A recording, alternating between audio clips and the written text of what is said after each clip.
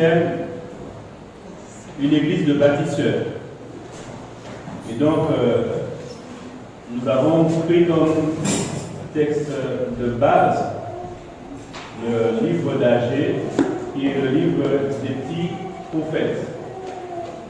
Et je veux juste rappeler ce que Dieu dit dans ce livre, Agée chapitre 1. Je lis.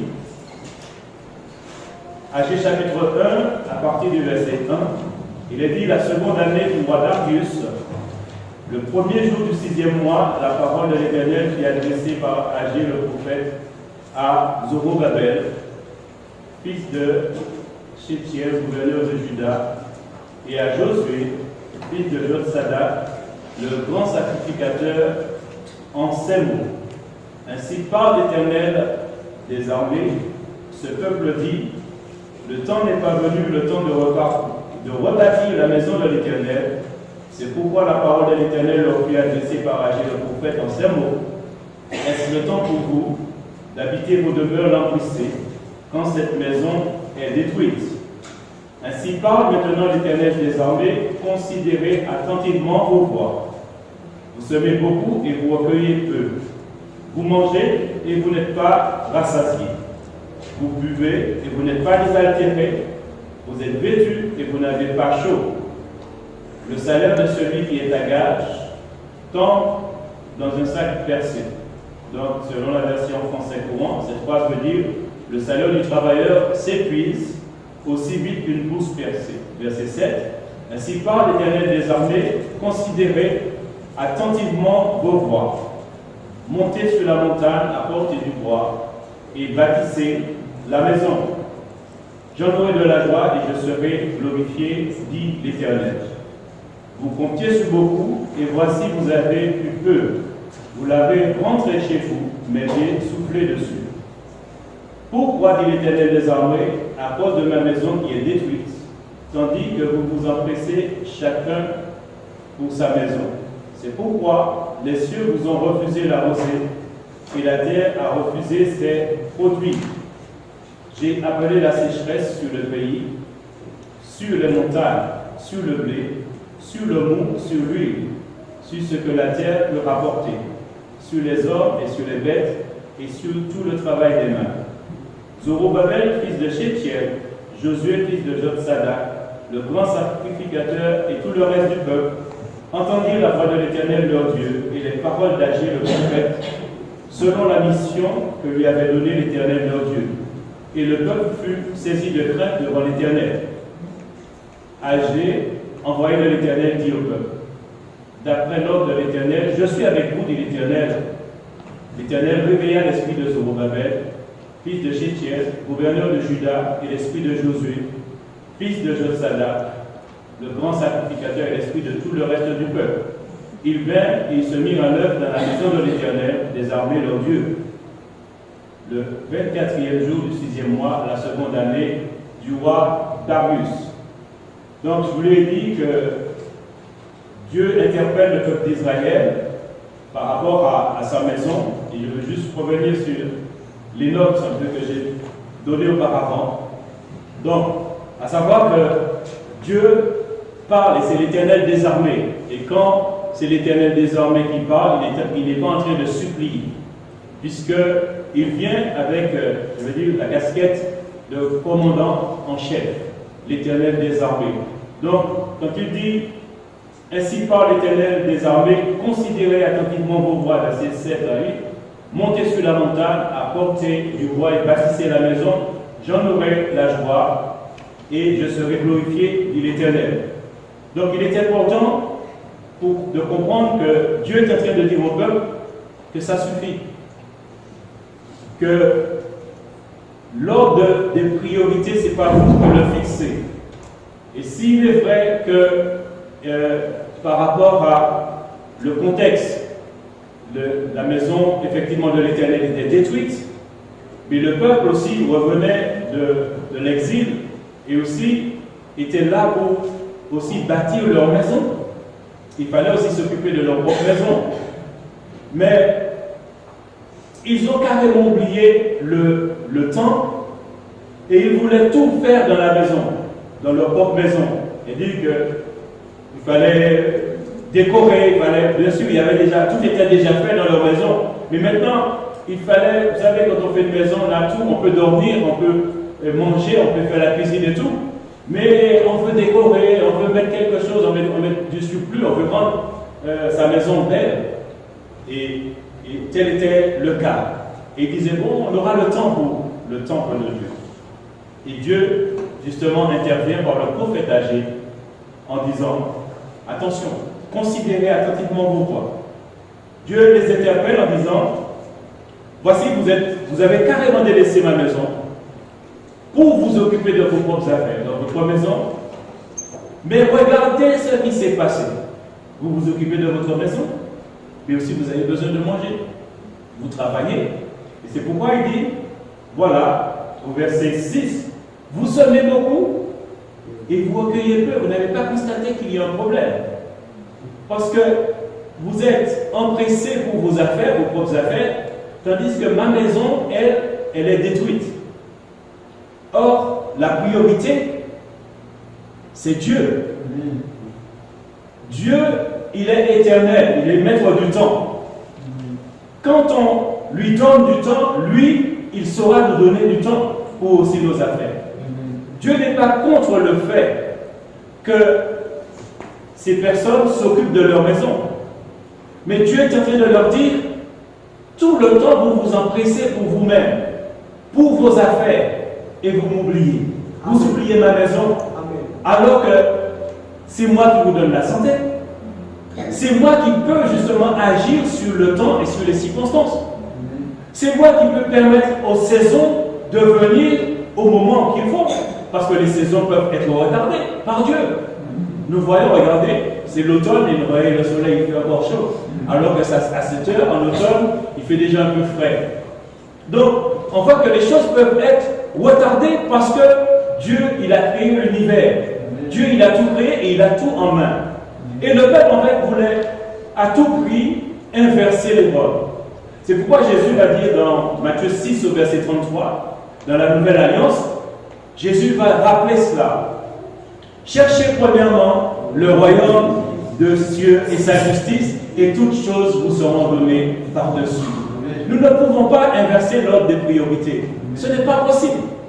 Puisque Dieu est Dieu, et si, en tant que chrétien, enfant de Dieu, de même que le peuple d'Israël, il croyait en ce Dieu unique, qui est le créateur de toutes choses. Donc si le Dieu Tout-Puissant qui est unique, il nous demande de construire la maison depuis bien longtemps, il fallait arriver et effectivement s'occuper de nos maisons, mais aussi s'occuper de la maison de l'Éternel. Et ils ont oublié, et ils continuaient à s'occuper de leurs propres affaires. Mais Dieu leur dit, mais considérez attentivement vos voies. Vous ne voyez pas qu'en fait, vous êtes en train de vous occuper de vos propres affaires pendant des années ou bien pendant des mois, mais vous récoltez peu. Il dit, vous semez beaucoup et vous recueillez peu. Vous mangez et vous n'êtes pas rassasiés. Vous avez toujours faim, mais il y a un problème. Posez-vous des questions. Il dit encore, vous êtes vêtus et vous n'avez pas chaud. Et vous avez toujours froid. Donc c'est qu'il y a vraiment un problème. Et il dit, le salaire de celui qui est à gage tombe dans un sac percé. Le salaire du travailleur s'épuise aussi vite qu'une bourse percée. Et le verset 9, il dit, vous comptiez sur beaucoup, et voici, vous avez eu peu. Vous l'avez rentré chez vous, mais j'ai soufflé dessus. Dieu était en train de dire, vous ne faites même pas attention que je suis en train de mettre ma main. Les bénédictions que vous devriez avoir, je les arrête. Vous avez, mais pas beaucoup. Ce qui fait que, plutôt que de réaliser, de dire, mais si dans ma vie, il y a des choses qui m'arrivent, si dans ma vie, il y a des choses, je ne vois pas, je prie, je demande à Dieu certaines choses, et je ne vois pas que cela arrive, je devais me poser une question. Est-ce que vraiment, je mets Dieu avant toute chose? Amen. Est-ce que Dieu, il a la priorité dans ma vie? Parce que là, Dieu parle au peuple d'Israël, il fallait vraiment construire un bâtiment. Mais aujourd'hui, nous devons bien comprendre une chose, que le temple de Dieu, c'est nous. Amen. Que Le temple de Dieu, ce n'est pas justement, comme on dit, le bâtiment en question, mais le temple de Dieu, c'est vraiment nous. Alors, il est dit, dans 1 Corinthiens chapitre 3, au verset 16, « Ne savez-vous pas que vous êtes le temple de Dieu et que l'Esprit de Dieu habite en vous ?»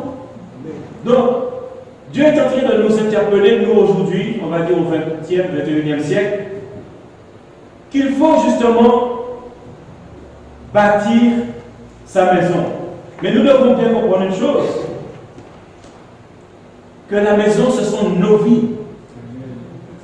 En acceptant Jésus-Christ, Jésus-Christ, lui, il bâtit nos vies. D'ailleurs, c'est ce qu'il avait dit à Pierre.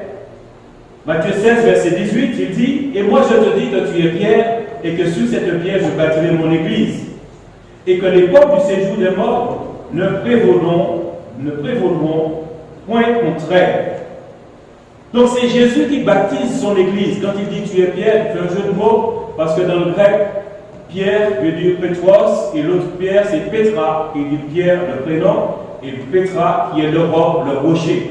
Or, dans la Bible, quand vous lisez, vous voyez que Dieu, il est le rocher des siècles. Jésus est le roc. Il est, Jésus-Christ, le fondement de toute vie. Et Dieu veut interpeller nous aujourd'hui pour nous dire que nos vies doivent être bâties par Jésus. C'est Jésus, lorsque nous acceptons Jésus-Christ, c'est comme si c'est l'architecte, le maçon qui va creuser, qui va fouiller la terre et qui va déposer la première pierre. Cette pierre sur qui on va prendre les mesures, cette pierre symbolise Jésus-Christ. Et c'est pourquoi la Bible va nous dire, Éphésiens 2, verset 20, « Vous avez été édifiés sur le fondement des apôtres et des prophètes, Jésus-Christ lui-même étant la pierre angulaire et la pierre principale. » Et dans 1 Corinthiens 3, verset 11, il nous est dit, « Car personne ne peut poser un autre fondement que celui qui a été posé, à savoir Jésus-Christ. » Donc Jésus-Christ c'est le fondement, et pour autant, il nous appelle en fait à construire sa maison. Ce qui veut dire que lorsqu'on accepte Jésus-Christ, c'est lui la fondation, c'est lui, c'est la pierre angulaire, le fondement c'est lui. Mais quand on accepte, eh bien nous-mêmes nous sommes une pierre qui sera posée sur Jésus. Parce que nous sommes le temple. Et chacun de nous sommes des pierres. Et donc, nous allons venir en acceptant Jésus-Christ, chaque pierre sera posée et ainsi de suite. Donc, il y a eu des apôtres en premier, donc qui sont des pierres, qui sont posées sur la pierre angulaire sur Jésus. Et nous venons après, ainsi de suite. Et pendant des années, des siècles, eh bien, tous ceux qui acceptent Jésus-Christ, eh bien, ils sont le temple. Mais ce sont des pierres, des pierres, des pierres. Et qui forment justement le temple de Dieu. Mais, dans la réalité de nos vies, Dieu en fait veut nous interpeller. C'est pourquoi Jésus, dans Luc 6, versets 47 à 49, il va effectivement interpeller en fait la foule pour qui il parlait, en disant, voilà, je vous montrerai, verset 47, à qui est semblable tout homme qui vient à moi, entend mes paroles et les met en pratique. Il est semblable à un homme qui, bâtissant une maison, a causé bien avant et a posé le fondement sur le roc. Une inondation est venue et le torrent s'est jeté contre cette maison sans pouvoir l'ébranler parce qu'elle était bien bâtie. Mais celui qui entend et ne met pas en pratique est semblable à un homme qui a bâti une maison sur la terre sans fondement. Le torrent s'est jeté contre elle, aussitôt elle est tombée et la ruine de cette maison a été grande. Et quand Jésus parle ici, il montre que celui qui met sa parole en pratique, c'est celui en fait, comme celui qui bâtit la maison, qui va poser, qui va chercher la roche dure, le roc, pour mettre la fondation. Et pour nous aussi, quand en tant qu'enfant de Dieu, on entend la parole de Dieu, on accepte Jésus-Christ, quand on vient à Jésus-Christ, il est important pour nous aussi de lire la parole, de l'étudier, de la méditer. Parce qu'il dit, il faut poser. C'est la Bible qui témoigne de qui est Jésus-Christ. Je ne peux pas croire en quelqu'un que je ne connais pas. Amen. Même si je me dis chrétien et que je ne lis pas la Bible, c'est que je ne creuse pas. Amen. Donc n'importe qui peut venir me dire demain que Jésus n'est pas le Fils de Dieu et il risque de me donner des preuves et je risque d'être troublé. Et c'est ce que Jésus est en train de dire. Celui qui bâtit sa maison sur Jésus-Christ, il faut creuser, je veux dire qu'il faut lire la Bible, il faut méditer, il faut se poser des questions, il faut travailler au niveau de la parole de Dieu. Et c'est ainsi qu'on connaîtra vraiment qui est Jésus, parce que la Bible rend témoignage que Jésus, il est le Fils de Dieu, il est le Sauveur, mais il est aussi le Seigneur. Amen. Il est le Créateur aussi. C'est lui le Créateur. Amen. Mais il faut lire, il faut causer, il faut chercher. Et celui qui va chercher, donc il sait, il saura qui est vraiment son Seigneur. Il saura qui est Jésus. Amen. Et donc, il sera bâti, bien planté. Et il continue à chercher. Mais celui qui a peut-être accepté Jésus-Christ dans la parole et qui n'en fait pas cas, il dit oui, certainement il croit en Jésus, mais ça s'arrête là. Alors, il dit quand le mauvais temps, c'est comme celui qui a bâti sa maison, qui n'a pas fait le fondement. Alors, quand le vent va arriver, la maison a été posée. Et le vent représente toi les difficultés, les problèmes, mais aussi les fausses doctrines, les fausses religions. Amen. Ta maison sera vite balayée. Parce que celui qui est dans sa fausse religion et qui étudie comment te désarçonner, comment te troubler, comment te faire justement ne plus croire à la conviction que tu avais. Parce qu'il a les arguments. Et toi, parce que tu n'as pas vraiment lu la parole, médité la parole et aussi, surtout, mettre en pratique la parole. Amen. Tu seras ballotté, ta maison ne pourra pas tenir. Mais notre Seigneur veut que notre maison soit bâtie. Et donc, en premier lieu, je disais que pour bâtir, il faut le fondement. Et le fondement, c'est Jésus-Christ. Amen. Nous devons nous appuyer, nous devons bâtir sur Jésus-Christ. Nous devons nous soumettre à la parole de Dieu, à ses plans, nous conformer toujours aux exigences de la vérité. Amen. Nous ne devons pas, justement, emmener la parole à faire ce que nous voulons. Amen. C'est à nous de nous plier aux exigences de la parole de Dieu. Amen. Ne pas faire dire la parole ce que nous voulons. Parce que Jésus, c'est le roc, c'est le fondement. Or, Jésus, dans Jean 1, verset 14, il est dit, et la parole a été faite chair, et elle a habité parmi nous, pleine de grâce et de vérité, et nous avons contemplé sa gloire, une gloire comme la gloire du Fils unique venu du Père. Mais Jésus, c'est la parole de Dieu, la parole qui a été faite chair. Comme il est dit dans Jean 1, verset 1, au commencement était la parole était Dieu, la parole est avec Dieu, la parole est Dieu. Et c'est elle qui a tout créé. Et il est dit, en elle était la vie, et la vie était la lumière des hommes.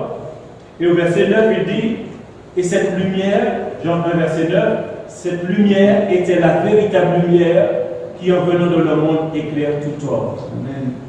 Ce qui veut dire que c'est Jésus la vérité. C'est lui la lumière. C'est de lui que doit venir, justement, la parole qui sauve, la parole qui apporte la vie, la parole qui nous met en relation avec Dieu le Père. C'est ça le fondement. C'est de croire que Jésus-Christ est le seul que Dieu a donné pour que nous ayons une relation parfaite avec Dieu. Amen. Et cela passe par Jésus-Christ qui est la pierre angulaire, la pierre principale. C'est lui le fondement. Et combien même d'autres religions peuvent venir en disant oui, mais il y a une telle personne et que Jésus-Christ a commencé, mais c'est tel prophète qui a fini. En fait, mais tous les gens disent des choses. Mais la Bible, comme nous sommes des chrétiens, des croyants, nous croyons ce que la Bible dit. Or, la Bible dit que dans Jean 3 au verset 16, car Dieu a tant aimé le monde qu'il a donné son Fils uniquement. Uniquement. Il est le seul. Dieu a tant aimé le monde qu'il a donné son Fils unique. Il n'a pas donné, aussi bien que Dieu, il est tout puissant et qu'il a un plan merveilleux pour l'humanité. Il a utilisé des hommes depuis Adam jusqu'à maintenant, il continue d'utiliser des hommes, comme moi aujourd'hui je suis en train de parler de Dieu, de sa parole. Il m'utilise pour véhiculer le message du salut. Amen. Il m'utilise comme il a utilisé David, Abraham, comme il a utilisé aussi Marie. Mais toutes ces personnes, ce sont, je vais dire, des outils dans les mains de Dieu. Amen. Mais Jésus-Christ est le Fils de Dieu et il est le seul. Amen. Et c'est par lui que Dieu a décidé de bâtir nos vies et de nous reconstruire. Amen. C'est par lui. Et donc, il est le fondement. Et c'est par lui, effectivement, que nous devons passer. Et aussi, je disais que dans le livre d'Agé, à un moment donné, le peuple, à ce moment, Dieu avait parlé. Et quand Dieu a parlé, on constate une chose, il a dit que Dieu va réveiller. Et donc, il faut un réveil de l'esprit. Parce que Dieu a parlé, le prophète les a sensibilisés, mais il a fallu que Dieu intervienne d'une manière, je vais dire, surnaturelle dans l'esprit des hommes. Parce que c'est très difficile. Amen. Lorsque nous sommes embrigadés par la philosophie, par toutes sortes de paroles, lorsque nous avons des idées vraiment bien arrêtées, même quand Dieu nous parle, nous sommes en train de raisonner toujours. Et il faut que Dieu fasse quelque chose, et c'est ça vraiment la grâce de Dieu. C'est qu'il nous veut, il veut que nos vies changent, il veut que nos vies soient vraiment des vies qui le glorifient. Mais pour ce faire, il faut qu'il travaille dans notre esprit. Amen. Et là, il dit, Dieu réveille l'esprit de Zorobabel, l'esprit de Josué, et il réveille l'esprit du peuple. Et ils disent que, la Bible dit qu'à ce moment-là, et tous, ils sont arrivés sur le lieu pour pouvoir travailler. Il est important pour nous de connaître ce réveil, le réveil de l'esprit, et seul le Seigneur Dieu Tout-Puissant nous emmène en fait à réveiller notre esprit. Il le fait par sa parole, mais aussi par le Saint-Esprit. Amen. Il le fait par sa parole, mais aussi par le Saint-Esprit qui est en nous. Parce que Jésus va dire que l'esprit de vérité, dans Jean chapitre 16, Jean chapitre 16, au verset 13, il dit, quand le consolateur sera venu, l'esprit de vérité, il vous conduira dans toute la vérité, car il ne parlera pas de lui-même, mais il dira tout ce qu'il aura entendu, et il vous annoncera les choses à venir. Et le verset 8, il dit, et quand il sera venu, il convaincra le monde en ce qui concerne le péché, la justice et le jugement. Il convaincra. Le rôle de l'Esprit de Dieu, c'est de convaincre, c'est de travailler au niveau de nos pensées, de notre esprit, pour nous emmener à croire et accepter la parole de Dieu en tant que vérité. Amen. Si l'Esprit de Dieu n'est pas à l'œuvre pour travailler dans nos cœurs, dans notre esprit, alors nous allons entendre la parole de Dieu, nous allons lire la Bible, mais nous n'allons pas bouger de iota. Amen. Nous allons toujours raisonner. Amen. Nous serons dans nos raisonnements et dire oui, mais Dieu dit ça, mais bon, ça peut vouloir dire telle ou telle chose, ça peut vouloir dire ça. On peut philosopher si on lit pas mal de livres de la Bible, comme on a déjà beaucoup d'idées déjà venues d'ailleurs par rapport à d'autres religions, par rapport à d'autres philosophies. Quand bien Dieu va nous parler, quand bien même Dieu va nous interpeller, nous n'allons pas bouger. Hein. Il faut que l'Esprit de Dieu fasse un travail en nous. Il faut que l'Esprit de Dieu nous interpelle. Et si l'Esprit de Dieu nous interpelle et que nous sommes sensibles, eh bien nous obéirons. Amen. Nous obéirons. Et nous dirons comme David, au psaume 119, versets 59 et 60, qui dit « Je réfléchis à mes voies et je dirige mes pieds vers tes préceptes. Je me hâte, je ne diffère point d'observer tes commandements. » Donc il est important, effectivement, quand l'Esprit de Dieu fait ce travail en nous, alors nous pouvons à ce moment-là, nous pouvons effectivement nous mettre à l'œuvre, nous pouvons obéir et nous pouvons vraiment voir la différence entre ce que nous étions avant et ce que nous sommes devenus aujourd'hui. Amen. Donc il faut le réveil de l'Esprit. Donc en premier lieu, pour qu'une vie soit bâtie, il faut qu'elle soit déjà posée sur le bon fondement qui est Jésus-Christ. Et il faut que Dieu, par le Saint-Esprit, fasse un travail en nous, et ce travail de réveiller, nous réveiller, et parce qu'il est important pour nous que l'Esprit de Dieu, non seulement doit nous convaincre, mais aussi doit nous diriger dans la vérité. Amen. Parce que n'importe qui peut venir prendre une parole de la Bible et nous conduire dans l'erreur. Nous dit, mais non, mais Dieu n'est pas aussi méchant que ça. Vous croyez que Dieu va vous empêcher de petits verres d'alcool, Dieu va vous empêcher de boire une bouteille de whisky. Il a dit que vraiment les ivrognes n'entrent pas, vous n'êtes pas ivrogne. C'est une fois comme ça quand il y a une fête. Mais est-ce que vous buvez tous les jours? Non. Mais c'est quand vous êtes avec vos amis dans un anniversaire, donc vous buvez peut-être une petite bouteille avec les amis. Seulement quand on va une petite bouteille avec les amis, il y en a qui sont un petit peu vacillants, parce que là, à ce moment-là, on n'est plus soi-même. Donc c'est le péché parce qu'on est dans l'excès. Mais une personne peut venir faire comprendre, il a dit les ivrognes n'entreront pas dans le royaume de Dieu. Vous n'êtes pas un ivrogne parce que vous n'êtes pas sous tous les jours. Vous êtes sous une fois comme ça. Quand il y a une fête, quand il y a un anniversaire. Mais c'est un péché. Puisque si vous êtes sous, c'est qu'il y a de l'excès. À part une personne qui ne peut pas, son corps ne supporte pas l'alcool, même s'il prend un petit peu, il est déjà KO. Donc il faut qu'il arrête, puisque ça ne va pas. Mais je vous dis par là que nous devons faire attention. N'importe qui peut venir nous parler si nous ne sommes pas fondés et nous faire déchoir de notre fermeté, de notre assurance. Et aussi, je parlais de l'assurance de celui qui est bâti, et j'avais pris l'exemple, effectivement, de deux femmes. Deux femmes, Marthe et Marie, qui, elles, représentent deux vies, deux cœurs.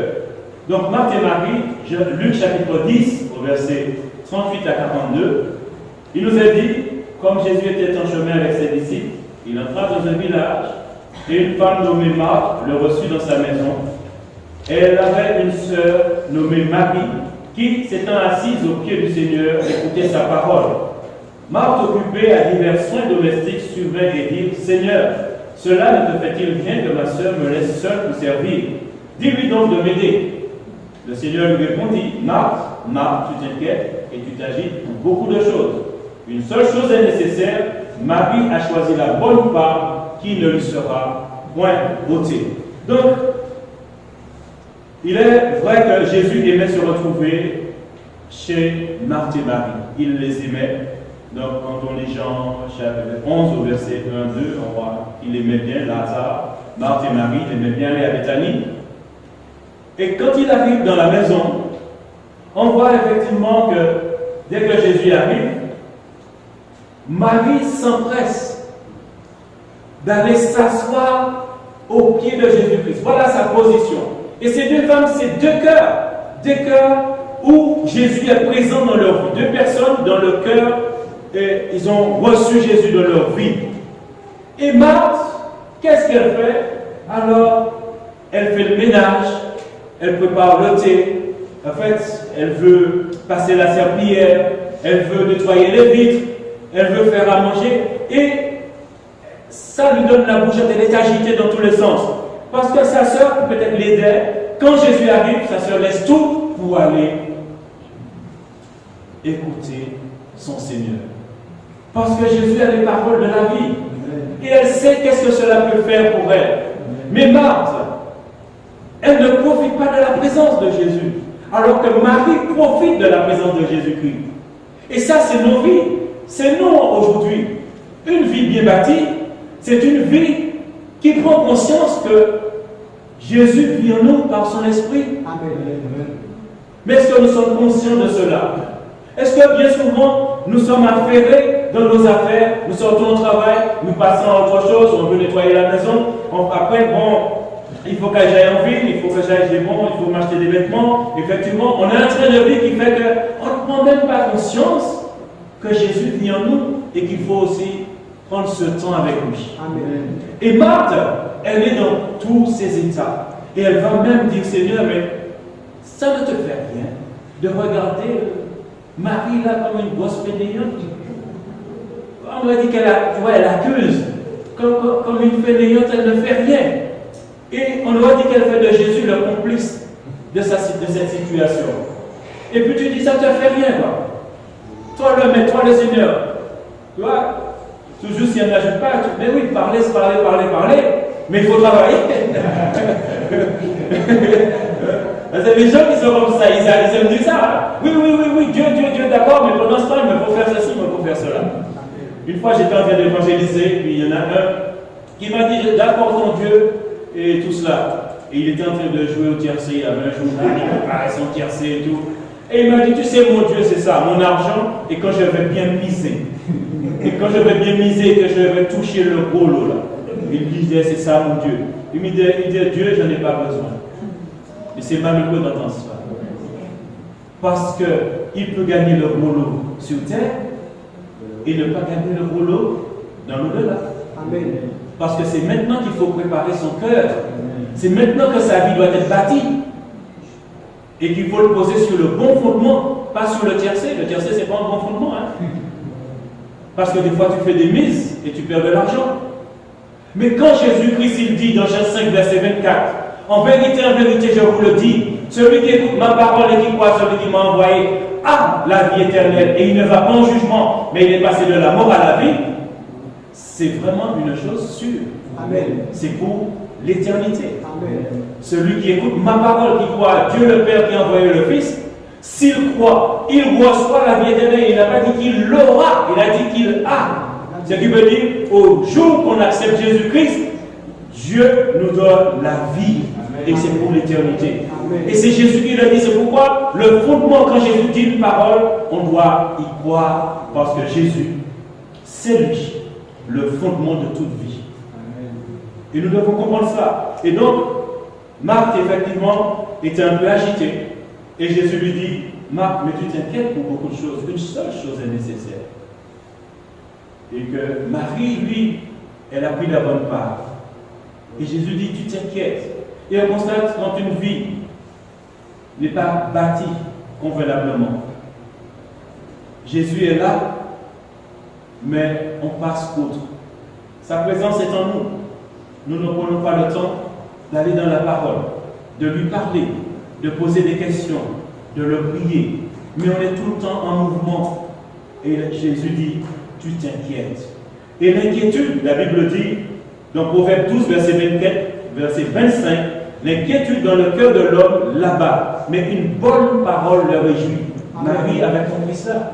Elle avait besoin de cette joie que l'Esprit de Dieu donne. Elle avait besoin de cette joie que la parole de Dieu nous donne. Mais Marthe négligeait cette présence de Dieu et elle était dans l'inquiétude. Et avec l'inquiétude, ça ouvre des portes à l'anxiété, ça ouvre des portes à l'angoisse. Et bien souvent, on arrive à la dépression. Amen. Et pourtant, on est chrétiens. Beaucoup de personnes, il y a des gens qui se disent chrétiens, il y a des gens qui se disent croyants et qui prennent des anxiolytiques. Amen. À cause de l'inquiétude. C'est pourquoi Jésus, dans Matthieu, et le verset 6, il dit, ne vous inquiétez pas. Regardez les oiseaux. Ils ne sèment rien et pourtant ils mangent. Regardez les fleurs, les lys des champs. Qu'est-ce qu'ils ont fait? Pourtant ils sont bien présentables, bien habillés. Et vous, à plus forte raison, qui avez été créés à l'image de Dieu, combien à plus forte raison, Dieu ne pourvoira-t-il pas à nos besoins? Et il disait de ne pas s'inquiéter. Et il dit que quand on s'inquiète, on ne peut pas ajouter une longueur à sa vie. S'il dit qu'on ne peut pas ajouter une longueur à sa vie, quand on s'inquiète, on est en train de raccourcir sa vie. Amen. On est en train de raccourcir sa vie. Combien de gens, de personnes, à cause de l'anxiété, à cause de l'inquiétude, à cause de l'agitation, sont arrivés dans un burn-out et bien souvent au suicide après. Amen. Parce qu'ils n'étaient pas bien bâtis. Et si ces personnes, ce sont des personnes qui ont cru en Jésus-Christ, eh bien, il leur a manqué quelque chose.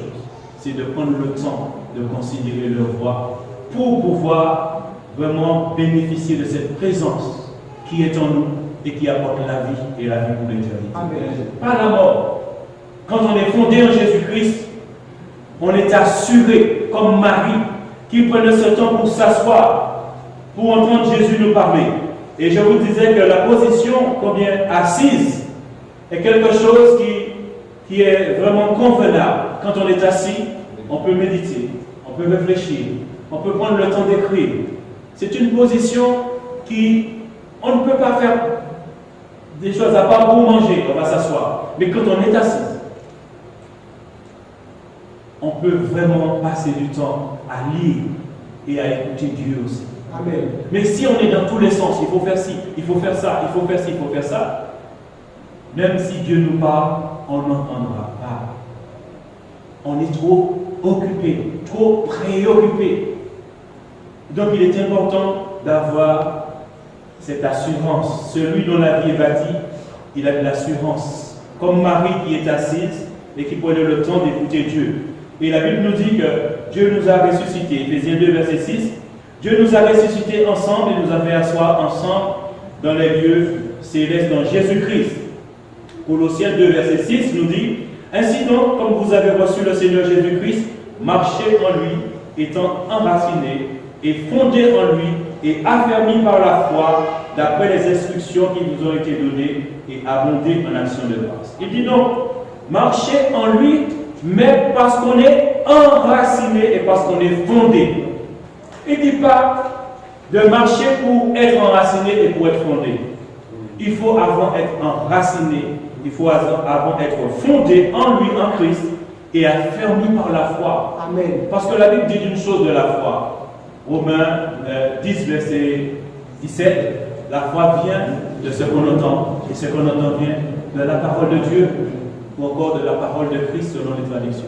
Romains 17, verset 10. Donc si la parole produit la foi, et qu'il me faut être ferme dans la foi, il me faut prendre ce temps. Amen. Lire, méditer. Il me faut prendre ce temps, écouter Dieu me parler, avant de pouvoir agir et faire quoi que ce soit. Et c'est ce que Marie a compris.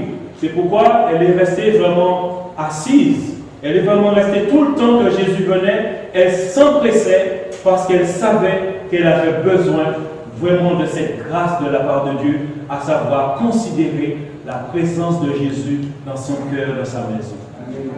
Et vous savez quoi? Il est important pour nous de comprendre ces choses. Laissons Jésus vraiment nous parler. Laissons Jésus nous interpeller. Parce que nous risquons de vouloir faire tellement de choses et de passer à côté de l'essentiel. Des fois, nous faisons beaucoup de choses, mais nous ne faisons pas des choses où ça va marquer l'attention de Dieu. Et Marie, parce qu'elle a pris ce temps, dans Matthieu 26, il nous est dit, Matthieu chapitre 26, versets 6 à 13, une action que Marie va faire et qui va déranger les disciples. Matthieu 26, versets 6 à 13, il dit: comme Jésus était à Béthanie dans la maison de Simon le lépreux, une femme s'approcha de lui tenant un vase d'albâtre qui renfermait un parfum de grand prix. Et pendant qu'il était à table, elle répandit le parfum sur sa tête. Les disciples, voyant cela, s'indignèrent et dirent: à quoi bon cette perte? On aurait pu vendre ce parfum très cher et en donner le prix aux pauvres. Jésus, s'en étant aperçu, leur dit: pourquoi faites-vous de la peine à cette femme? Elle a fait une bonne action à mon égard, car vous avez toujours des pauvres avec vous, mais vous ne m'avez pas toujours. En répandant ce parfum sur mon corps, elle a fait pour ma sépulture. Je vous le dis en vérité, partout cette bonne nouvelle sera prêchée dans le monde entier. On racontera aussi en mémoire de cette femme ce qu'elle a fait. Lorsque Jésus est mort, il est dit que les femmes sont allées au tombeau 3 jours et 3 jours après, le dimanche, parce que c'était le sabbat, on ne devait rien faire, pour l'embaumer. Mais ils trouvaient que la porte était ouverte, la roche était roulée et le corps n'était pas là. Donc Jésus avait raison. Que Marie a fait une action prophétique. Elle a fait ça de son cœur. Pourquoi? Elle a pris le temps d'écouter Jésus, d'écouter sa parole. Donc quand elle a agi bien plus que ce que son cœur pouvait espérer. Et Jésus dit que cette action, attention, elle est en train de m'embaumer parce qu'on n'aura pas le temps de toucher mon corps, de m'embaumer. Parce que j'allais ressusciter le 3e jour. Et donc elle a devancé Amen. Elle a devancé ces femmes parce qu'elle a pris le temps de m'écouter. Donc, quand elle a agi sous la direction du Dieu vivant. Amen. Et Jésus va même dire, quand on va parler de la bonne nouvelle, on parlera aussi de cette femme. Quand on parle de Jésus, on parlera d'elle. La preuve, j'en parle aujourd'hui. Amen. Et ça, c'est une grâce. Donc, Dieu veut nous faire comprendre que nos vies soient bâties sur Christ. Amen. Pour pouvoir agir et faire ce qui est important aux yeux de Dieu et pas à nos yeux. Amen. Faire ce qui est important aux yeux de Dieu, pas à nos yeux. Et c'est ce que Marie a fait. Et donc, moi je vais aller plus loin. Donc après, l'assurance de celui qui est bâti du bâtisseur, nous allons voir le bien-être du bâtisseur. Et nous allons voir Ésaïe 48, verset 48, verset 17 à 19. Ésaïe 46, verset 17 à 19. Ésaïe 49. Il est dit, ainsi parle l'Éternel, ton Rédempteur, le Saint d'Israël. Moi, l'Éternel, ton Dieu, je t'instruis pour ton bien. Je te conduis dans la voie que tu dois suivre. Oh, si tu étais attentif à mes commandements, ton bien-être serait comme un fleuve, et ton bonheur comme les flots de la mer. Ta postérité serait comme le sable, et le fruit de tes entrailles comme les grains de sable. Ton nom ne serait point effacé, anéanti devant moi. Et donc, là, c'est le bien-être du bâtisseur. Celui dont sa vie est bâtie, c'est celui dont il est dit ainsi par l'Éternel, ton Rédempteur, le Saint d'Israël. Vous savez, le Rédempteur, c'est qui? C'est Jésus-Christ. C'est celui qui rachète. Celui qui est venu racheter, qui a payé. C'est lui qui rachète. Donc, c'est Jésus-Christ là. Ésaïe dit, c'est Jésus qui parle. Et il dit, moi, l'Éternel, ton Dieu, je t'instruis pour ton bien. Donc, je veux t'éclairer, je veux t'éduquer. L'instruction, c'est ça. Je veux te former, je veux t'apprendre, je veux t'initier la vue du royaume de Dieu. Amen. Donc, pour savoir comment fonctionner dans le royaume de Dieu, ce ne sont pas selon les principes du monde, selon la philosophie ou la religion, mais selon la parole de Dieu. Et Dieu veut nous instruire par son Esprit Saint et par sa parole. Et donc, moi, je veux t'instruire pour ton bien. Je te conduis dans la voie que tu dois suivre. C'est Dieu qui doit nous conduire dans la voie que nous devons suivre. Amen. Nous ne devons pas suivre nos propres voies. Amen. La Bible dit, je crois, c'est dans Proverbe 14, 12, où il dit, telle voie paraît droite à un homme, mais son issue, c'est la voie de la mort. Alors, soit 14, 12 ou 12, 14, Proverbe. Donc, telle voie paraît droite à un homme, mais son issue, c'est la voie de la mort. Pourquoi? Parce que l'homme, il raisonne. Il a ses propres critères pour parler de Dieu, pour dire les choses en fait dont il ne connaît pas. Amen. Parce que le royaume de Dieu, c'est Dieu qui l'a créé. Le royaume de Dieu vient de la personne de Jésus-Christ. C'est lui qui va parler du royaume, c'est lui qui va nous instruire sur ce qui concerne le royaume de Dieu. Et lui nous dit, il veut nous instruire et il veut nous conduire dans la voie que moi, que toi, que nous devons suivre. C'est lui qui doit nous conduire. Et il dit aussi, tu étais attentif à mes paroles comme Marie. Si tu prenais ce soin de m'écouter, de t'asseoir, de prendre conscience de ma présence et de ma parole, il dit que ton bien-être serait comme un fleuve. C'est pas normal que souvent, en tant qu'enfant de Dieu, nous sommes ballottés par les maladies, par l'ennemi, par les angoisses. Et nous sommes...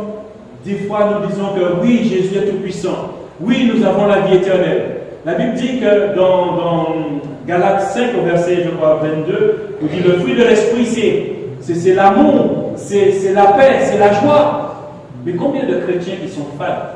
Et quand on regarde leur visage, triste, tout le temps triste, pas de sourire, visage fermé, aigri, à cause de quoi? Mais la Bible dit, c'est clair, mais ton bien-être serait comme un fleuve. Vous avez déjà vu un fleuve tarir? C'est rare, il faut être dans le désert. Mais regardez le Rhône, regardez la Saône, regardez des fleuves qui existent depuis bien longtemps, le Nil et bien d'autres encore. Il y a le fleuve, c'est le fleuve jaune chez les Chinois. Comment? Je ne peux pas prononcer pas. Donc c'est un fleuve chinois. Et c'est des fleuves qui sont là depuis bien longtemps et qui continuent à couler, qui continuent d'apporter la vie. Parce que ça traverse des villes, ça traverse des villages. et il y a tout un commerce qui se fait sur les fleuves. Et la Bible dit notre bien-être serait comme ça si vraiment nous sommes fondés dans la parole, nous sommes fondés en Jésus-Christ. Il est important de comprendre que cela dépend de nous parce que Dieu a tout fait pour que nos vies soient bien bâties et que pour nous soyons des personnes en bonne santé. Amen. Santé spirituelle, mais aussi physique. Je ne dis pas qu'on ne doit pas être malade, mais je dis aussi quand la maladie est là, nous pouvons prier. Nous pouvons voir ce que Jésus a dit. Marc chapitre 16 qui dit, voici je vous ai donné le pouvoir de... Alors, en mon nom, vous chasserez les démons et vous imposerez les mains et les malades seront guéris. Amen. Il faut y croire, c'est la parole de Dieu. Amen. Savoir que ce que Jésus a dit se réalise. Amen. C'est ça être fondé. C'est que Jésus l'a dit et donc j'y crois. Amen. Et j'obéis. Que le nom de notre Dieu soit béni. Amen. Et que vraiment sa parole, pour nous, soit vraiment la vérité. Et que chaque jour de notre vie, nous demeurions en sa présence. Pour que notre bien-être ne soit pas quelque chose de caché, mais quelque chose qui est visible, afin d'avoir un impact. Je me souviens, au début de ma conversion, et effectivement, on n'avait pas encore beaucoup d'enfants, je ne me laissais pas les problèmes m'assaillir, mais c'était tout le temps en train de rire et tout, et les gens me disaient, ils nous voyaient tout le temps rigoler avec les jeunes et tout. Je disais, mais vous n'avez pas de problème. Parce qu'on était tout le temps en train de rire, mais tu as la joie du salut. Et même aujourd'hui, je travaille, j'arrive, j'ai le sourire. Alors les gens me disent, bon, des fois ils pensent que c'est la culture. Mais c'est pas la culture. Si je dois dire que c'est une culture, c'est la culture du royaume de Dieu. Parce qu'il est dit que le fruit de l'esprit, c'est l'amour et c'est la joie. Ce n'est pas le fruit de ma chair. Je ne dois pas être joyeux parce que tout va bien. Je suis heureux parce que Jésus m'a sauvé. Je suis heureux car Jésus m'a sauvé. Dans son amour, il m'a tout pardonné. Voilà pourquoi je me mets à chanter. Je suis heureux car Jésus m'a sauvé. Que son nom soit béni.